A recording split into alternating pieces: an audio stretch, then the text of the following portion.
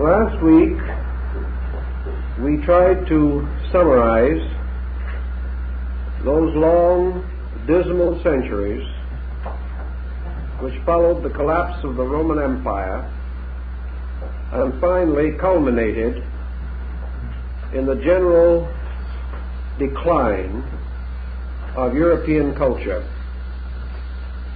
We pointed out that it would not be fair to say that nothing occurred between the years 600 and 1200 that would have an effect upon future time. The roots of all that came after had to be in this dark and rather dismal earth. But we do know that gradually a condition of frustration locked European culture. Man isolated from the natural intellectual associations of his kind, reduced almost completely to illiteracy, having lost the guiding power of earlier scholarship and classical learning, found himself cut off from practically all inducements to grow. He fell into a kind of stagnation. And while exceptional individuals survived this condition, the general tone of Europe was so lowered that a revulsion was almost inevitable. We observe from the study of natural facts that there are alternations, tides in the affairs of men. And when a pendulum swings far in one direction, it pauses. And from this, gaining a contrary momentum, swings equally far in the opposite direction. The year 1200 more or less marks the swing of the pendulum, a complete change from the preceding centuries, a change perhaps imperceptibly achieved, yet punctuated with a number of violent and powerful occurrences, some of them good, some of them, to our thinking, not good, but all of them stimulating, helping to break patterns and release the mind into the first adventure of a larger world. Thus, in this cycle of the Phoenix, we find the roots and beginnings of Western internationalism. We find the provincial person being forced by numerous circumstances out of the ancient ruts and patterns which had dominated him. He found an acquaintance with a greater way of life, and having found this acquaintance, even though he paid for it with his life, the great motions of Western culture regained a better and more rapid pace.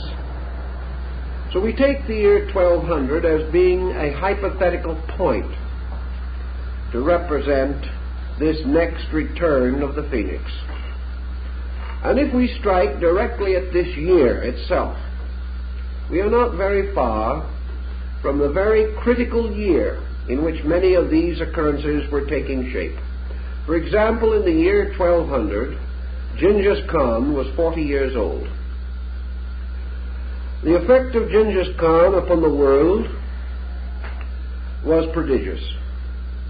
Not only should he be regarded as a Mongol conqueror, a very astute statesman, a brilliant man of strategy, and a ruthless conqueror.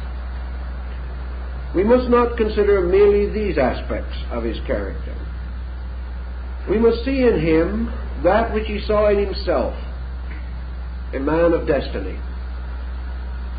There can be no doubt that the great cluster of 5 stars that marked his birth had meaning. nor can we easily explain the fact that he was born into this world clutching in one hand a ruby gem, the mystery of which no one has ever been able to solve. But obviously the soothsayers of the desert and the far places where his banners flew saw in these and many other portents the finger of fate pointing out a man. Genghis Khan was born of humble desert parentage. There was nothing in his background to indicate that he would sometime be master of 2/3 of the known earth. There was very little hope, in fact, that he would gain distinction. And by almost a miracle his life was spared in childhood, hence the entire history of Europe would have been differently written. But Genghis Khan believed himself to have a mission. And as Khan of Tartary, he signed himself King of Kings, Son of the Sun. He was driven by those ambitions which are quite usual to our Western concept, but not so prevalent to this degree in Eastern thinking. From him descended other conquerors, to mention two: Kublai Khan, the Magnificent, and Tamerlane, or Timur Shah, the Shaker of the Earth. These Mongols, on their shaggy ponies, broke through the great wastes of Asia, bound together desert tribes and wandering nomadic peoples, forced into them one great arterial system of laws, prepared for them a great code, which Genghis Khan called the Code of the Books of Iron. Now, this did not mean swords or military machines, but ancient tablets in which strange characters were inscribed upon surfaces of rough iron. The Books of Iron gave to Asia a great document of common law, of legality, of reasonable procedure in great many details. And if roughlessness afflicted great groups, those who came finally under the banner of the great Khans found life better ordered, merchandising safer, fewer bandits on the road, and furthermore, great inducements to travel, to study, to improve, to elevate themselves in various ways. Had Genghis Khan been a statesman over a stable empire, he probably would have been one of the greatest intellectual leaders of his time, perhaps of modern time. But so much of his life was spent upon the battlefield that he had little time, other than in abstract theory, to integrate the policies for the administration of the territories which he occupied. He did leave, however, a heritage to Kublai Khan. And we cannot but remember the episode in which, seated upon the back of a great elephant, Kublai Khan, speaking with all the authority of his ancestors, proclaimed for Asia, total Asia, the great code of religious tolerance, perhaps the first of its kind, certainly in that region. At that time, the empire of the great Khans cut through many religions: Brahmins, Confucianists, Taoists, Hindus, Buddhists, Muslims, Christians, Jews. They were all part of the great Oriental Empire that had been fashioned by the genius of a desert nomad. And Kublai Khan, seated upon his great elephant, proclaimed for all these people absolutely equal rights. He proclaimed, saying let no man be in any way penalized, adjudged inferior, despised, disregarded, subjected to insult because of his religion or his race. Now, for those ancient times, that was not just the word of a soldier. It was the word of a statesman, a man of vision, more vision perhaps than existed in Europe in the same years.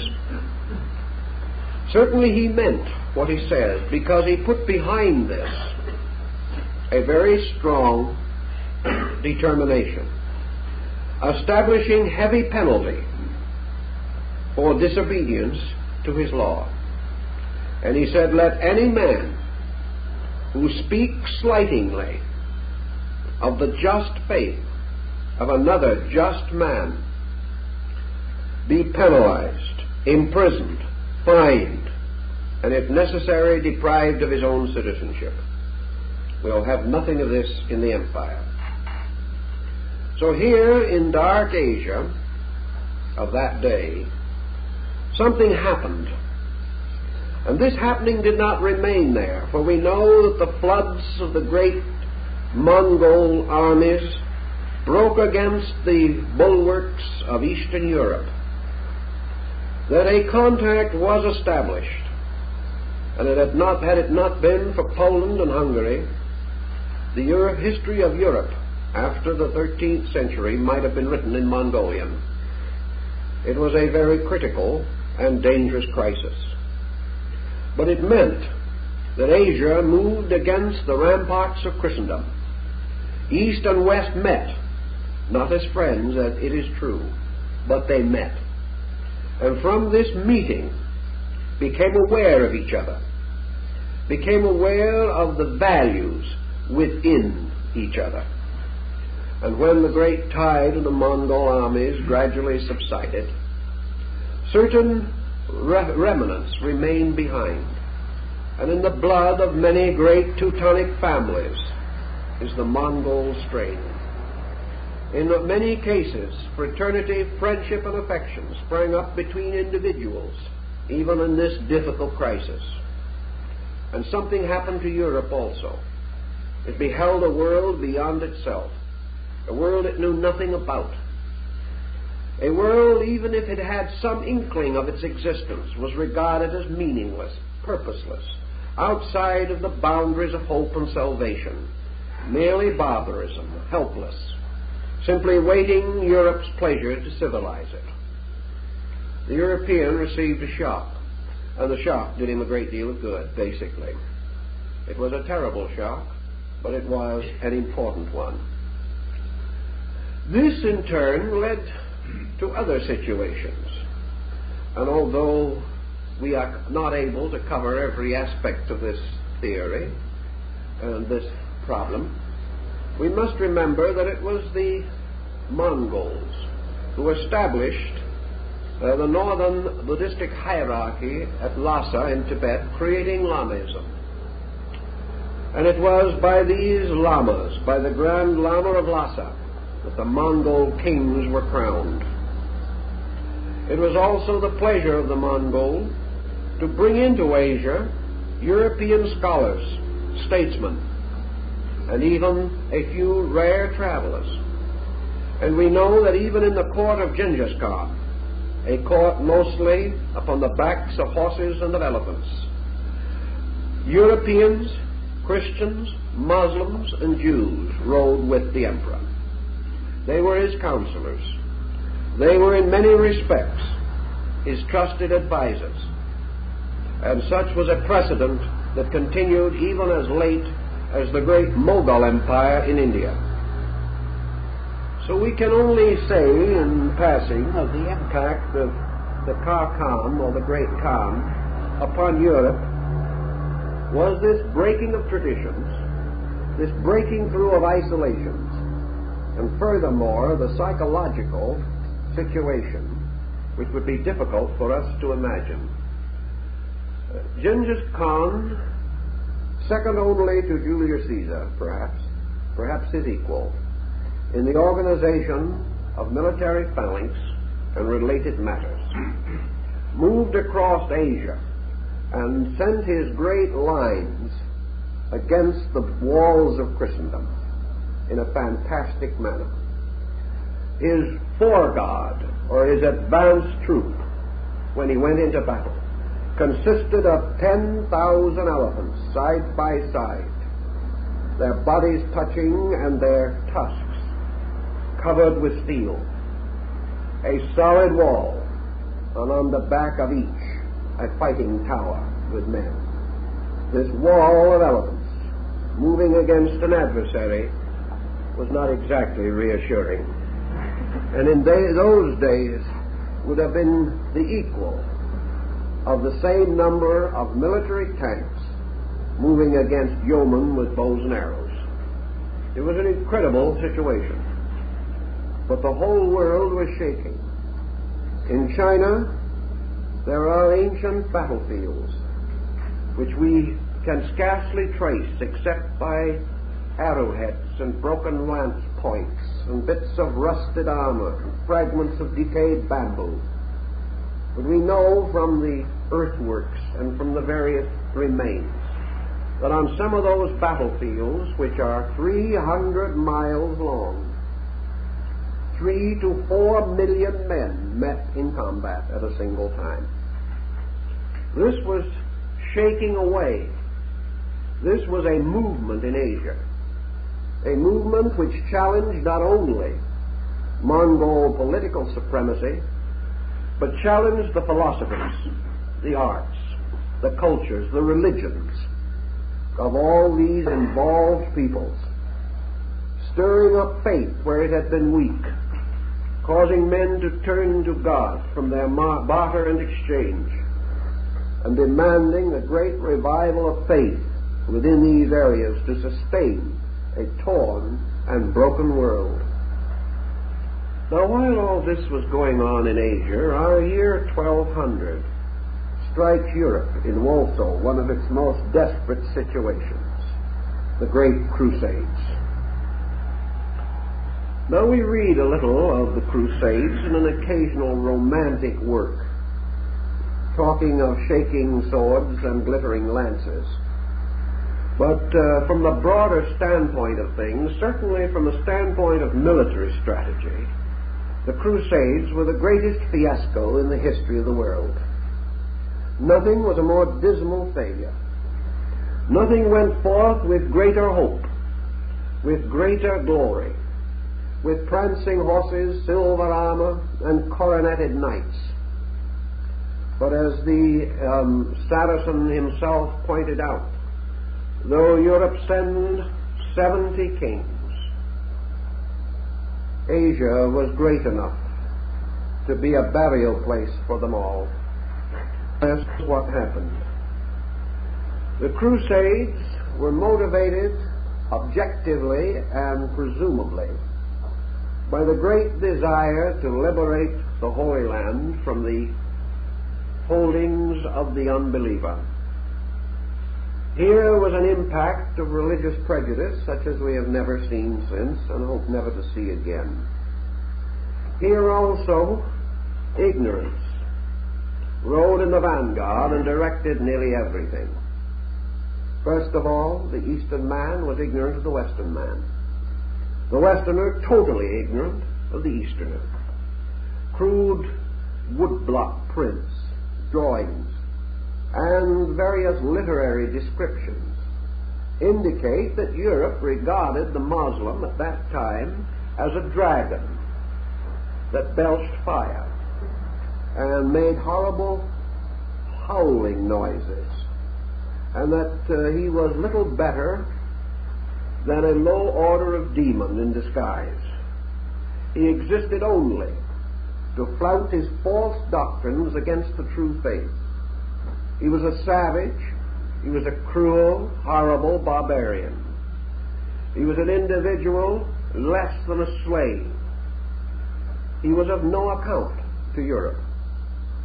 And yet Europe was forced finally to meet him face to face by the machinery of the Crusades. The purpose for which these enterprises were created failed in every sense, but the greater purpose was ultimately achieved. At the critical time we mention, we are very close, within a few years, to the crusade that was led by the Duke of Montserrat and Richard the Lion-Hearted of England. One of the crucial crusades. Crusades that comes a little earlier and were to continue a little later. But about all they were able to produce was a temporary kingdom of Jerusalem which lasted 15 years. Everything else was a dismal disappointment. Most of those who went forth on the Crusades, except perhaps a few of the most aristocratic leaders, did not return. Families lost their loved ones and their support. Men went out to fight in the desert, and there they died, either from the skill of the Saracen or from the natural hazards of the region. In the midst of this tremendous emotional upheaval came the child or crusade, or the crusade of the children. Two groups attempted this. Children hardly out of their teens, fired with religious fervor, decided that they would go and save the Holy Land. These children were mostly captured and sold into slavery. Nothing happened except to break apart the little tight package of European isolation. In the breaking apart of this package, however, a very important achievement came, as we will see a little later. First of all, the Crusaders, going forth to meet these savages, these barbarians, these fire-belching monsters, found instead the highly cultivated peoples of the great empire of Baghdad, and those who had long been under the instruction and enlightenment of one of the most literate and advanced social groups at that time. The Crusaders, in the Great Crusade at the time we mentioned, came face to face with another Asiatic who proved exceedingly troublesome, and this was Saladin the Magnificent. Saladin the Magnificent outmaneuvered, outgeneraled both Richard and the Duke of Montserrat and all the other 70 princes and kings who had vowed that they would rescue the Holy Sepulchre. Richard was perhaps the most intelligent man in this crusade, and he finally came to the realization that he was dealing with an intelligent man. This was a discovery which the others had not made. And Saladin admired Richard. The men met under truce, became in a strange way adversaries and friends and mutual admirers, so far that Richard seriously considered the possibility of marrying a member of his royal household to the Saracen emperor. These men met with a full realization of their own mutual abilities and limitations. The Crusaders learned, for example, that their enemies were literate. They were not. They realized that these monsters, so-called, wrote poetry, studied science, measured the stars, developed great physicians, scholars, mystics, that they were the ones who could quote Plato and Aristotle into a Christian ear that had never heard either. It was a great surprise. And finally, when arbitration was arrived, and the roads of pilgrimage to Jerusalem were opened to Christians, it was not because of the victory of the Crusaders, but because of the religious tolerance and generosity of Saladin, who could see no good reason why those who loved their God should not have the right to journey to his shrine. So Saladin made possible that measure of success which marked the Crusades. But he did it from the bounty of his own mind, and not because he was required to by the circumstances of the time.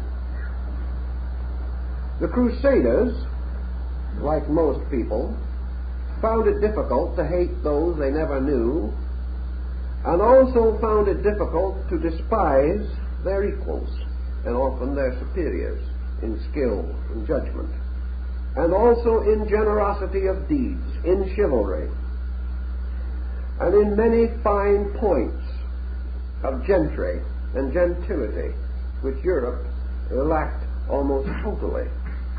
Again, we find this strange emotion in man springing up. And on the crests and shields of the great families of Europe, nearly all of them, you will find occasionally a crescent set, which means that one of these crusaders brought back a Muslim wife. Also, the Muslims more or less opened their schools, their ways of life, their roads and courses to scholars from the West, showing very little revengefulness, very little intention or tendency to hold old grudges. And from the temporary kingdom of Jerusalem and from certain seats in Byzantium and Antioch, Christendom came closer and closer to the East. Trade began to develop, exchange and barter. Out of the debris of these situations rose such world-changing structures as the great Empire Republic of Venice, with its mercantile traveling to all parts of the world. Here, then, was a tying together of nations, a building up of common understanding. And right at this moment of which we are speaking, we have another interesting ambassador of various wills. For just at this time, a Venetian traveler named Sir Marco Polo became perhaps the original globetrotter. This man, who outdid Stoddard and other travelers, went far into the East. He traveled to the most distant parts. He became friendly and conversant with the ways of Asia. He was accepted everywhere as an honored friend. In fact, there were times in which he was besought to stay and remain helper and advisor to these people. He turned down many glamorous and rewardful opportunities to finally return to his own state. Returning, he dared to write the story of his trip, and he wrote the book of Sir Marco Polo. And this probably had an effect in Europe not much less than the Crusades. It was a bombshell. He described the splendors and glories of Eastern courts. He spoke of the scholars and the wonders that he had seen, of temples of gold inlaid with jewels, of brilliant and wonderful scholars, of art sacred and profane beyond our estimation, of deep philosophies about the soul and of life and of death and all the mysteries of human existence, and of wonders of men who climbed up ropes and disappeared in the air and grew mango trees in a half an hour. Well, the effect of this on Europe was as you might expect it to be. When Marco was on his deathbed, the priests who heard his final confession besought him with all fervor to admit that he had fabricated the whole thing and had been a deceiver from the beginning. But old Marco died, and it is said that his last words were, "It was true." They couldn't do anything with him. But his book gained an amazing popularity, and people began to think of this land beyond the horizon of the known as a great and strange and wonderful place. This also, of course, had its natural repercussions, because the very sound of words like gold and jewels and silk and spices and rare goods created much desire among the merchants and the rich. And it was only a couple of centuries later that we learn how the Dukes of Medici exchanged horses with the princes of China and Mongolia and were on very chummy terms with them. Another great break, a break that changed our attitude and began to reveal to us not a round globe, but a much larger flat one than we had ever known before. The round part was yet a little way off. That had not yet been remembered. Though as Sir Marco Polo was in the midst of his adventures, two things happened right in Europe that began to have long shadows upon future times.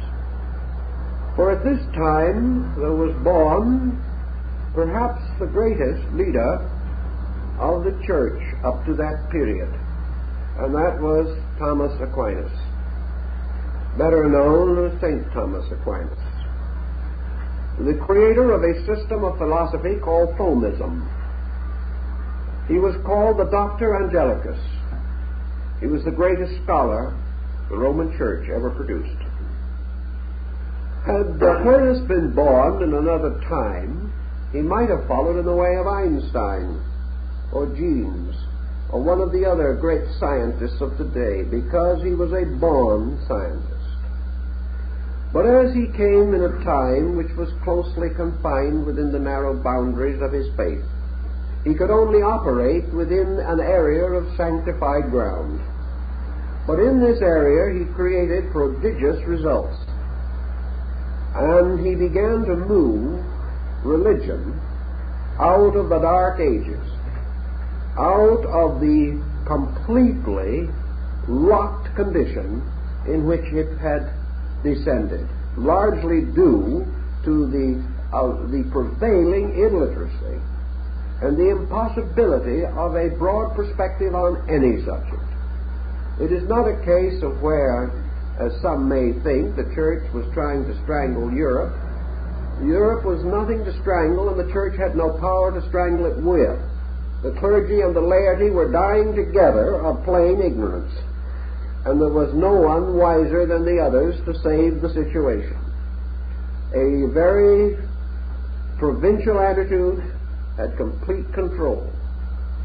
But about the time we mentioned, just around the year 1200, we begin to see the breaking through of things.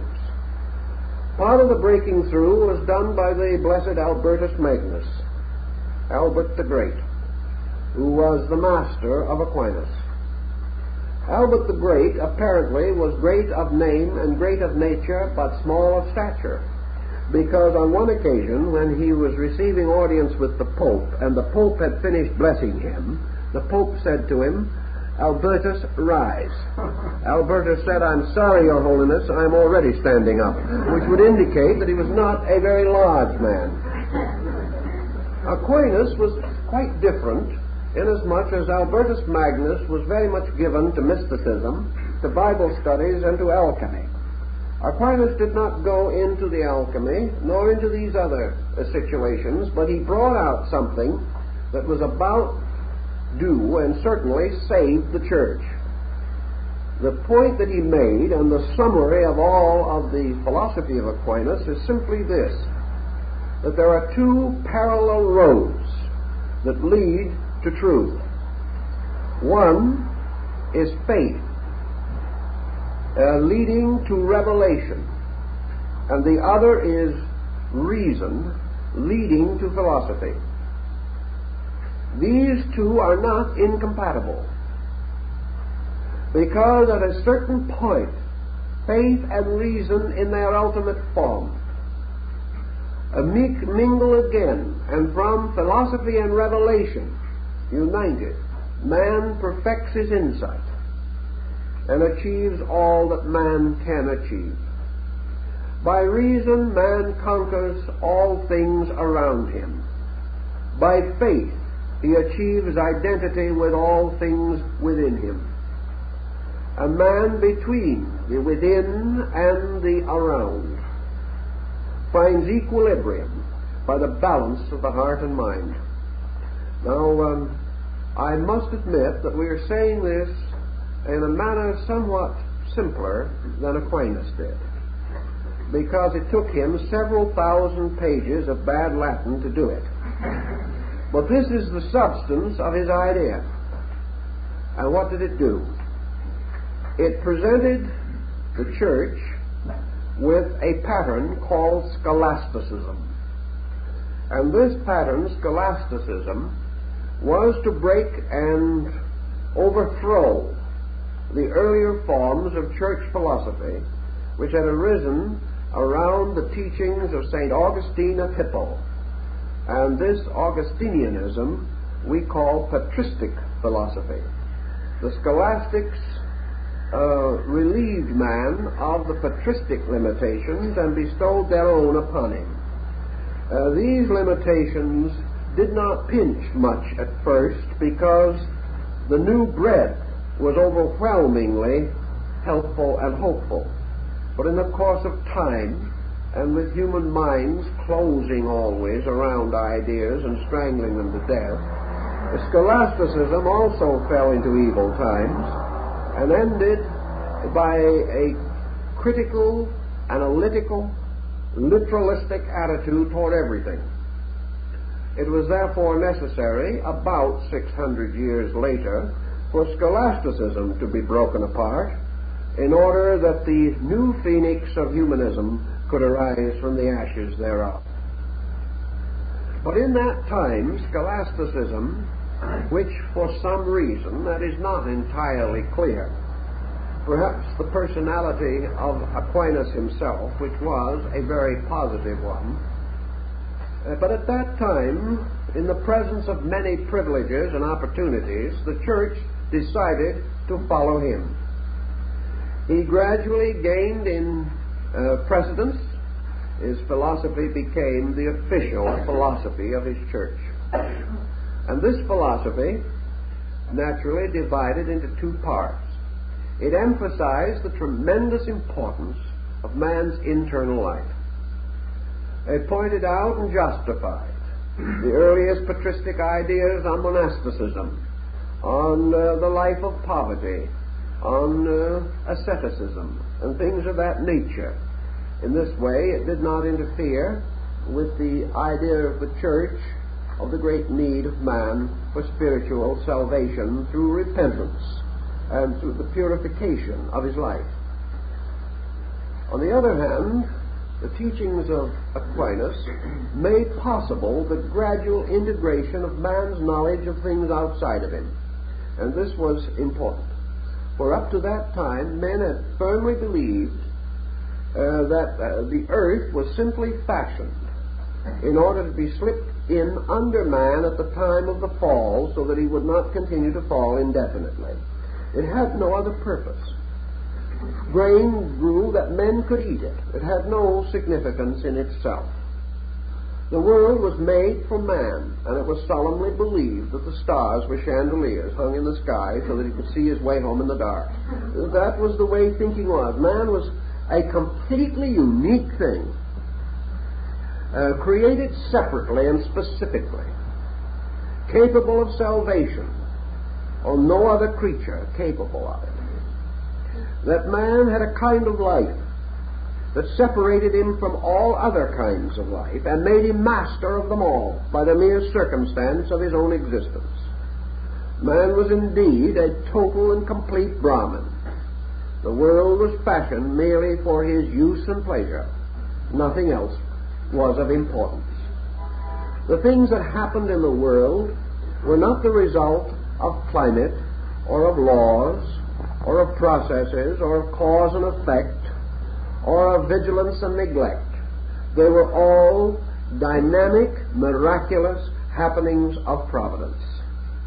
Plagues were sent not by any circumstance, but by God's will. War, suffering, death were all simply experiences to test the faith of man. They had no other important value. Man's complete allegiance to God was subject to a little controversy, however, in one particular. The early church recognized, because of biblical statement, the importance of the physician.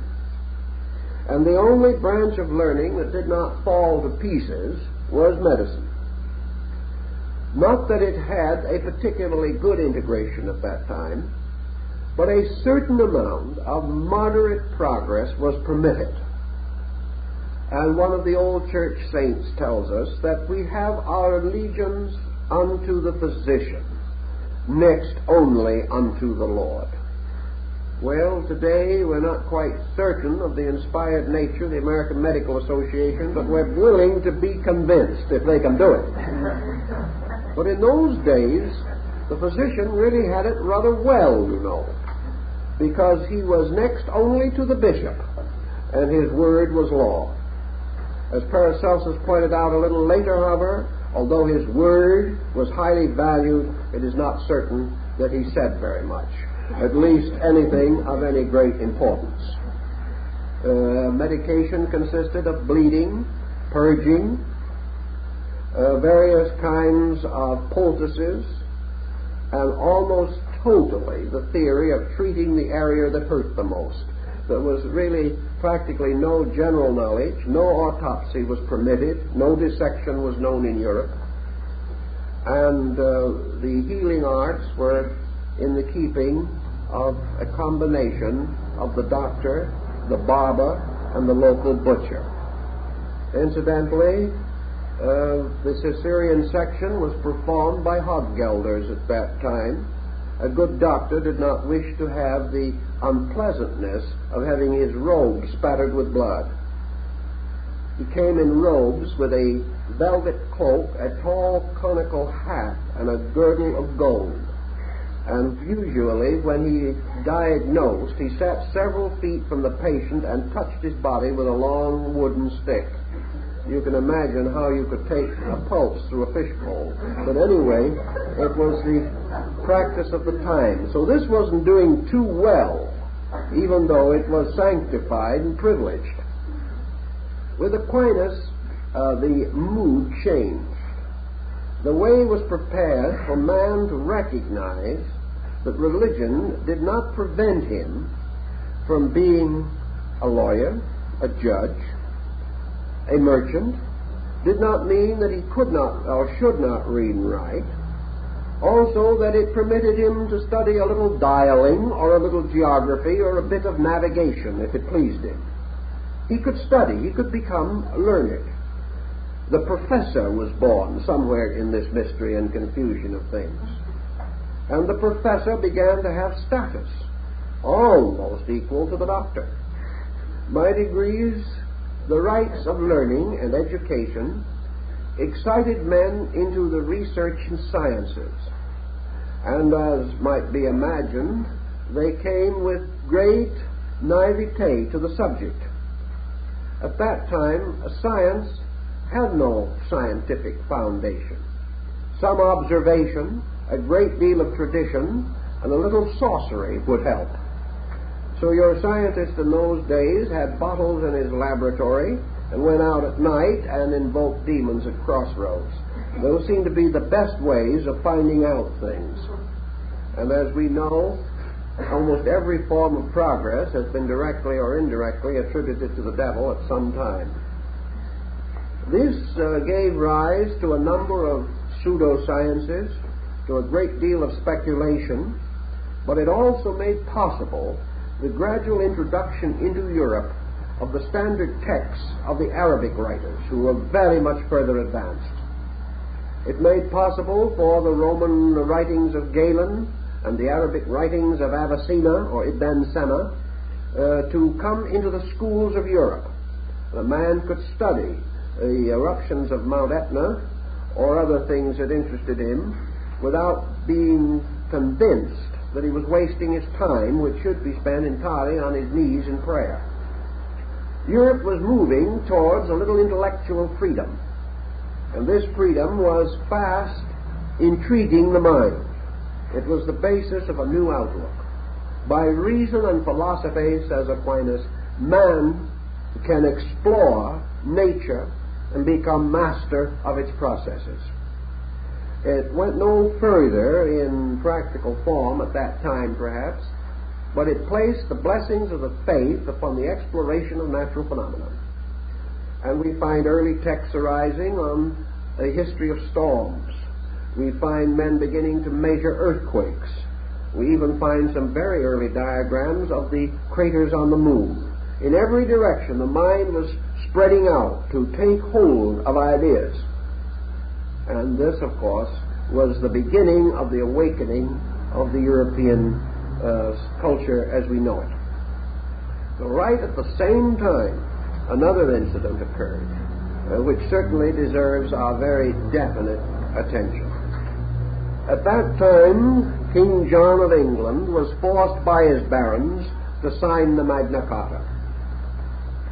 And the Magna Carta was signed in the first quarter of the 13th century, just within 15 or 20 years of this critical time. For this paper was signed while most of the great leaders and the great motions which we have discussed were in function. The Magna Carta was quite a complicated situation in itself. We cannot go into all the details of it, but in our public schools today we are reminded, if only passingly, that it is the origin and the inspiration for the American Bill of Rights. The Magna Carta was the first head-on assault against the divine right of kings. Now, it did not end the situation, but it certainly began to strengthen the position of the people and to a measure weaken the despotism of entrenched aristocratic groups. Strangely enough, the Magna Carta was not a reform brought about by the people. It was forced upon the king by his own nobility, the barons, those who had come finally to rebel, not necessarily against monarchy, but against a very bad king who was giving them much trouble. The Magna Carta began, however, to bestow upon various branches of government certain inalienable rights and privileges.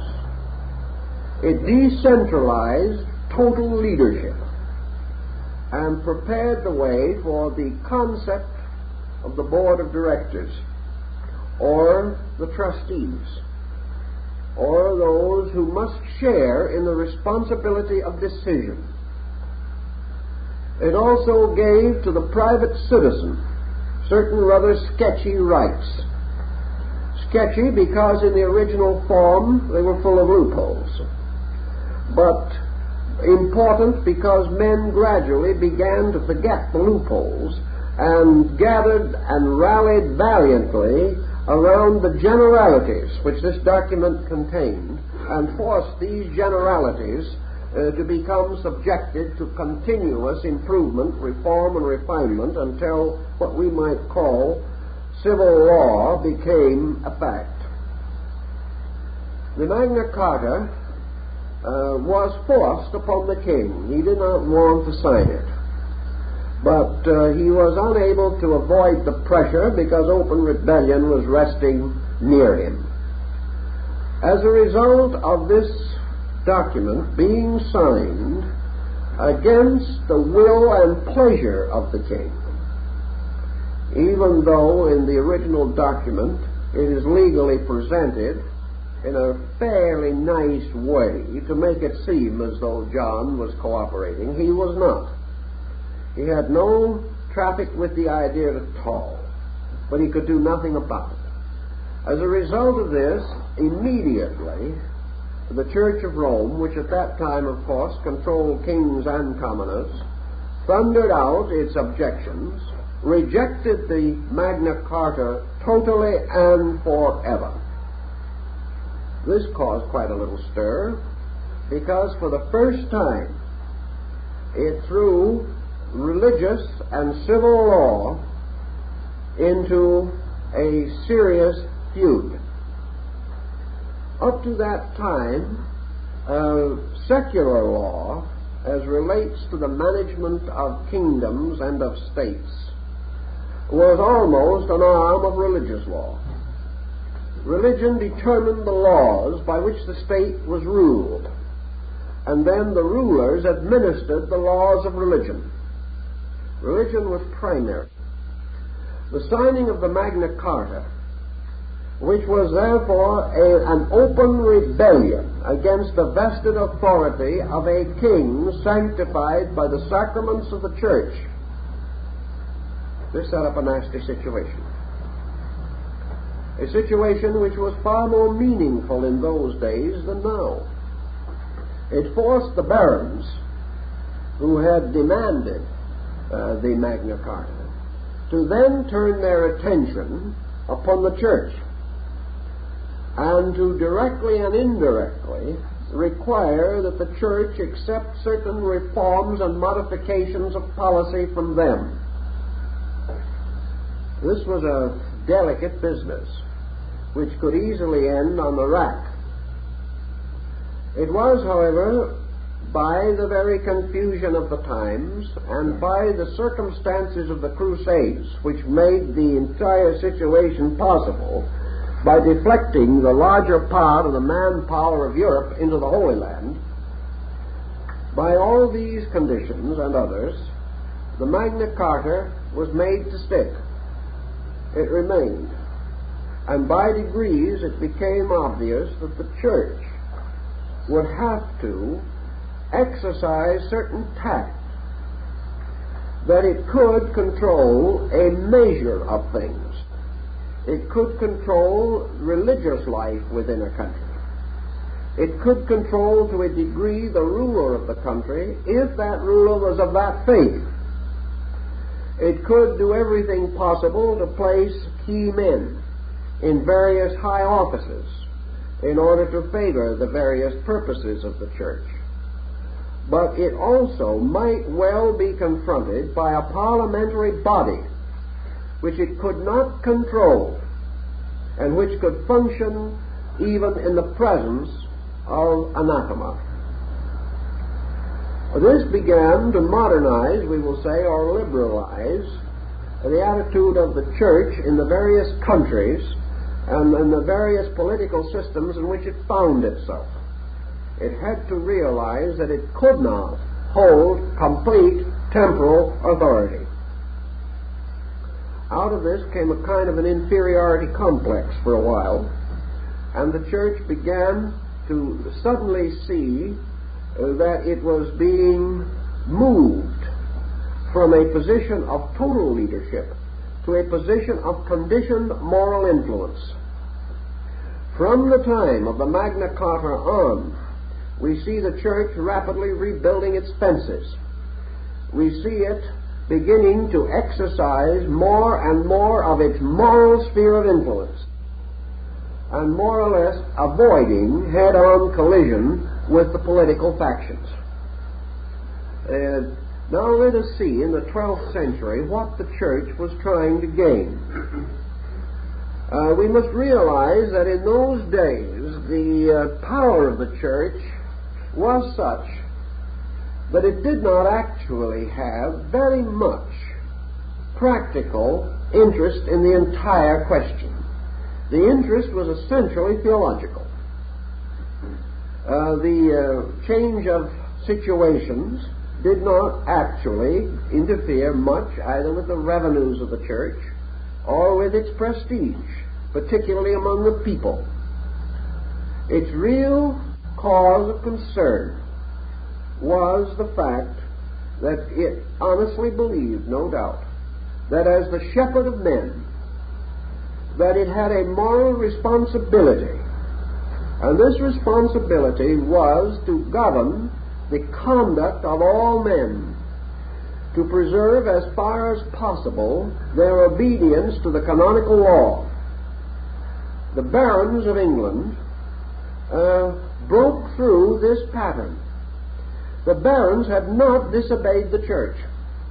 The barons had disobeyed the sovereignty of an anointed king.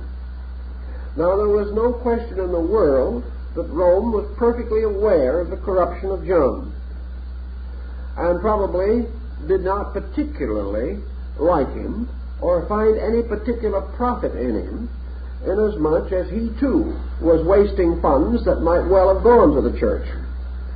But a principle was involved, and on this principle the church stood and ultimately fell. It would not acknowledge the right of man to question that which had been duly and properly and crowned and throned and sanctified unto God as a ruler. Thus the divine right of the king was the point of theological delicacy. And it was on this point that the anathema was pronounced and the barons were declared to have committed a sin against God.